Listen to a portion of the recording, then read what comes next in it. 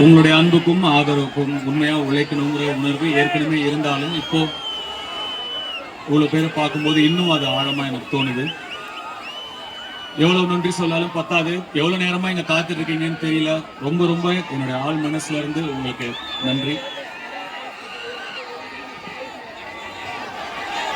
நான் கோயம்புத்தூர் இதுக்கு முன்னாடி ஒரு ஈவெண்ட்கா வந்து ஒரு 9-10 வருஷம் இருக்கும்னு நினைக்கிறேன். அதுக்கப்புறம் இப்பதான் வரேன். குள்ளூர் இளமை, காதல் கொண்டேன்லாம் நடிக்கும் பொழுது நிச்சயமா இந்த இடத்துல ஒரு நாள் நான் இப்படி நிற்பேன், இவ்வளவு பேர் எனக்காக வந்திருப்பீங்கன்னு நான் நினைச்சு பார்த்தது கூட கிடையாது.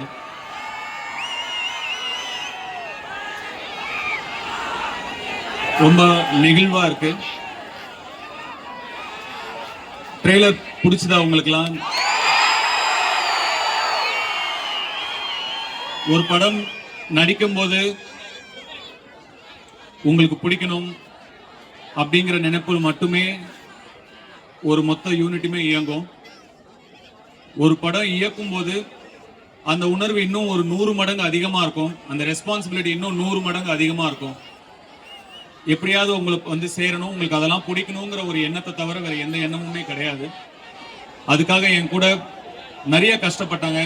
என்னோட entire cast and crew, technicians எல்லாருமே பயங்கரமா ஹார்ட் ஒர்க் பண்ணியிருக்காங்க. அவங்க எல்லாருக்கும் உங்க முன்னாடி நான் என்னுடைய நன்றியை சொல்லிக்கிறேன். என்னுடைய சீனியர் ஆக்டர்ஸ் அவங்க Sathyaraj sir, Parthiban sir, Rajkiran sir, Samuthirakani sir, இவங்கெல்லாம் சீனியர்ஸா இருந்த போது கூட என்னோட விஷனை புரிஞ்சுக்கிட்டு, சார் இது இப்படி வேணும் அப்படி வேணும் சத்யராஜ் சொன்ன மாதிரி கொஞ்சம் நான் மைக்ரோ மேனேஜ் பண்ணுவேன் தான். அப்படி சொல்லும் போது கூட கொஞ்சம் கூட யாருமே முகம் சுளிக்காம அதை புரிஞ்சுக்கிட்டு எனக்காக நடிச்சு கொடுத்தாங்க.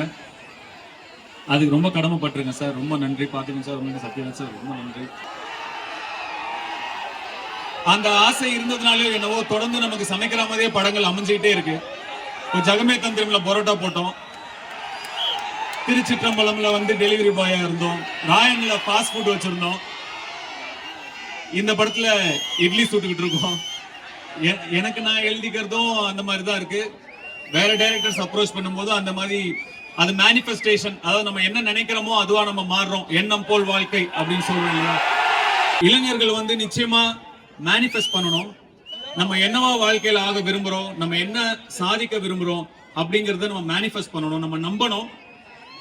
ஆல்ரெடி அது நடந்துட்டா மாதிரி நம்ம நம்பணும். அதுக்காக கடுமையா உழைக்கணும். அப்ப நிச்சயமா யார் வேணா என்ன வேணா சாதிக்கலாம்.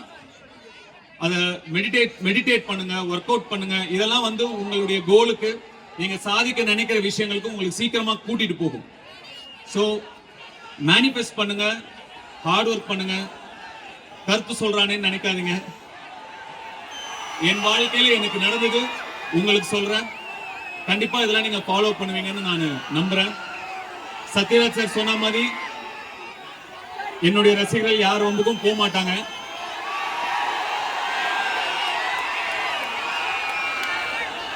அது எனக்கு பெரிய கர்வமும் பெரிய சந்தோஷமும் இருக்கு.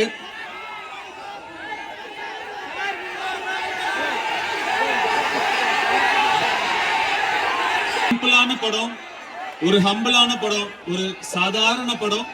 ஆனா உங்க ஃபேமிலியோட, உங்க குடும்பத்தோட, உங்க குழந்தைங்களோட போய் ரசிச்சு எமோஷனலா என்ஜாய் பண்ற ஒரு படமா இருக்கும்னு நாங்க நம்புறோம்.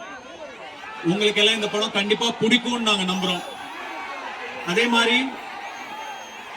படம் ரிலீஸ் ஆனதுக்கு அப்புறம் 9 மணிக்கு படம்னா 8 மணிக்கே ஒரு சில ரிவ்யூலாம் வரும். அதெல்லாம் நம்பாதீங்க. 9 மணிக்கு படம் ரிலீஸ் ஆனா 12:30 மணிக்கு தான் படம் எப்படி இருக்குன்னே தெரியும். அதுக்கு முன்னாடியே நிறைய விமர்சனங்கள் வரும். அதெல்லாம் நீங்க நம்பாதீங்க. நீங்க படம் பார்த்து முடிவு பண்ணுங்க. இல்ல உங்க நண்பர்கள் பார்த்திருப்பாங்க, அவங்க என்ன சொல்றாங்கன்னு கேட்டு படம் பார்க்கறதா இல்லையான்னு முடிவு பண்ணுங்க. சினிமாக்கு அது இன்னைக்கு ரொம்ப தேவை.